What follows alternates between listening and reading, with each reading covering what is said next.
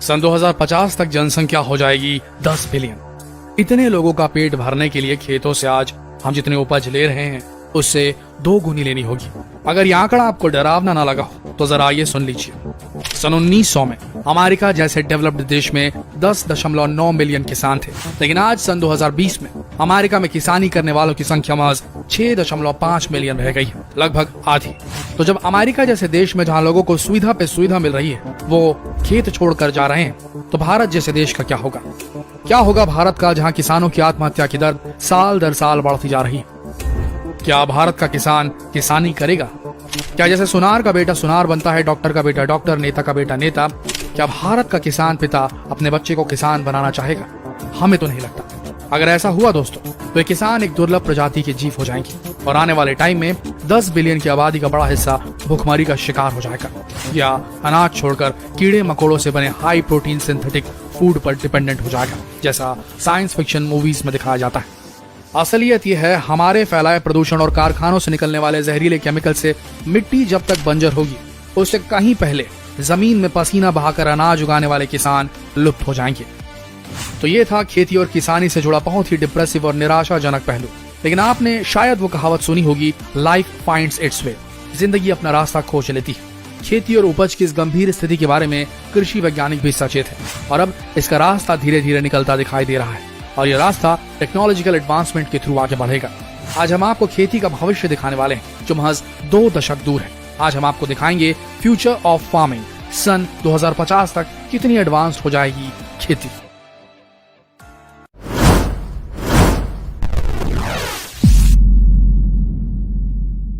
सन 1900 के वक्त अमेरिका में 10.9 मिलियन किसान थे जो 76 मिलियन लोगों का पेट भरा करते थे। लेकिन आज के समय में अमेरिका में 6.5 मिलियन किसान हैं जो 321.4 मिलियन अमेरिकन का पेट भरते हैं। सीधी बात है, मिट्टी की गिरती उर्वरकता, गिरती फर्टिलिटी के बावजूद जो एडवांसमेंट हुए हैं कृषि उद्योग में, इस वजह से ये उपज बढ़ी है। ये डेवलपमेंट 2 मुख्य वजहों से आया है।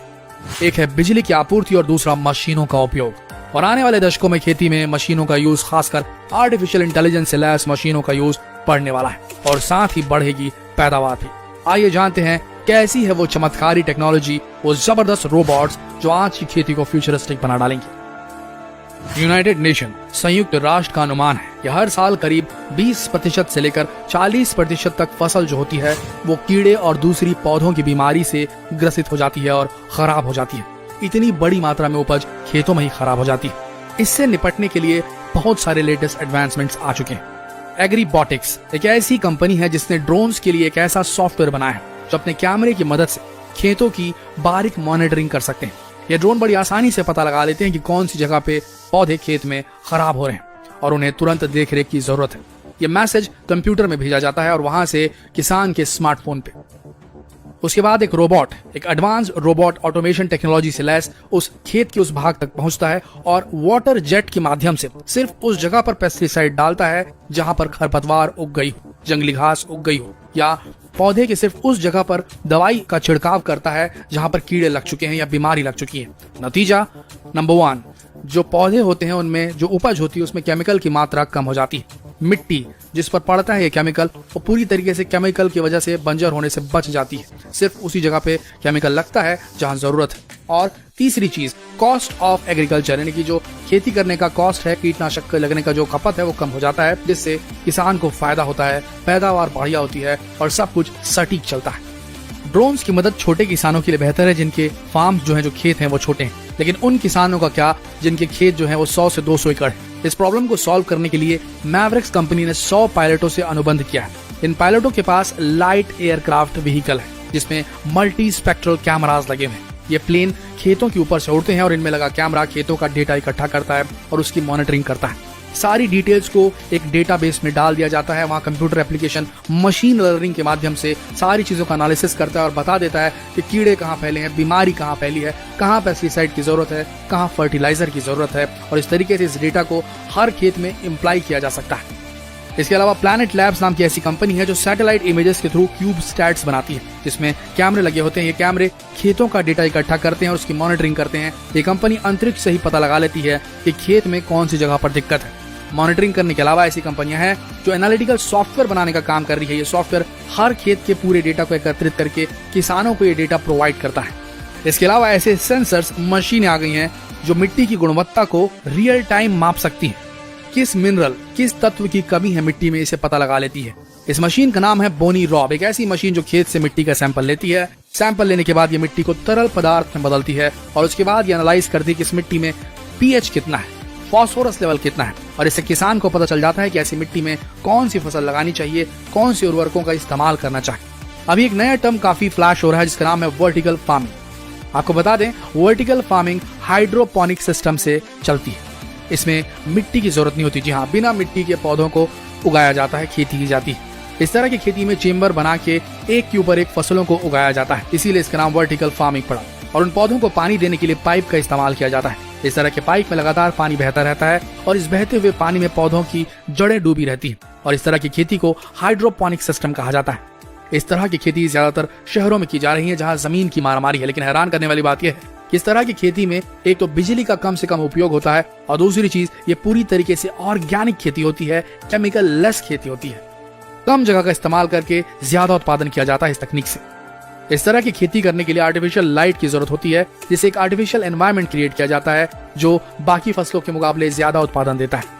इस तरह की खेती में नीले और लाल रंग की रोशनी का प्रयोग किया जाता है ताकि पौधों को उगाने के लिए जिस फोटोसिंथेसिस प्रक्रिया की जरूरत होती है उसे पूरा किया जा सके। इसके अलावा यूके के कुछ रिसर्चर्स ने एक ऐसी मशीन बनाई है जो बड़ी आसानी से स्ट्रॉबेरीज को पेड़ों से तोड़ने का काम कर रही है और हैरानी की बात यह है कि इंसानों से कहीं ज्यादा तेज काम करती है। शोधकर्ताओं का कहना है कि आने वाले समय में वो ऐसी फ्रूट पिकिंग मशीन्स बनाने वाले हैं जो स्ट्रॉबेरी के अलावा बाकी फलों को तोड़ने में भी सहयोग करेगी।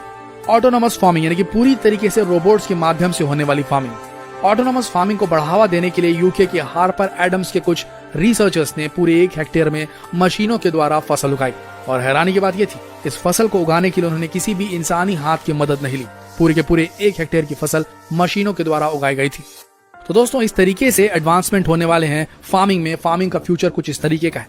लेकिन अगर आपको वाकई में भविष्य में एंटर करना है, खेती भविष्य में किस प्रकार की होगी ये जानना है, तो आपको जानना होगा क्रिस्पर टेक्नोलॉजी को, जो जेनेटिक म्यूटेशन कराने का एक टेक्निक है, जेनेटिक मॉडिफिकेशन करने की एक टेक्निक है, क्रिस्पर कैस9।